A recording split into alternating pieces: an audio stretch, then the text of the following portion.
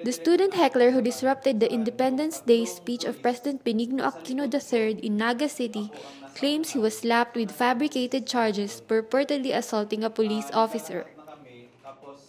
Dahil makapal na nga yung tao at nag-aalala ko na baka itabi ako at bugbugin o kung ano mang gawin sa akin, sumigaw ako ng walang pagbabago sa ilalim ni Aquino.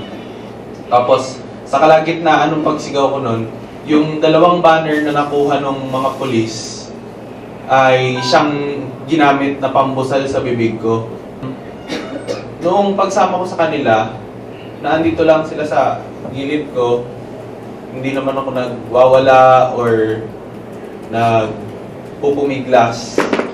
Sa halip, naglalakad na kami na parang walang nangyari. Pinilit nila akong pusasan bago pa ako dalhin sa medical. Kasi standard operating procedures daw po ito. Na ang isa pang kino-question ko, bakit hindi ako pinasahan ng Miranda rights? Hindi ako pinapayagan na kontakin yung abogado ko o yung mga magulang ko o kahit sinong kapamilya. I was actually assuming na hindi naman ako kakasuhan.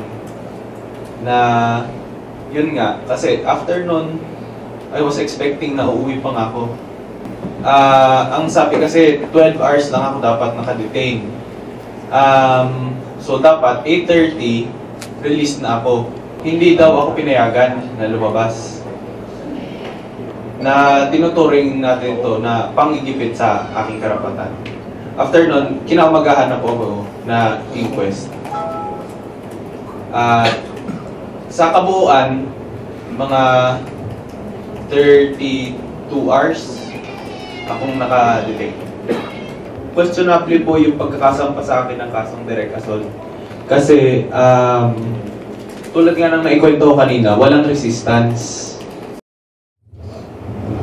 Sa hanay ng karapatan at ng National Union of People's Lawyer, mag-file din kami ng counter-charge against the Philippine National Police in case in Naga City ng kaso na illegal detention at arbitrary detention.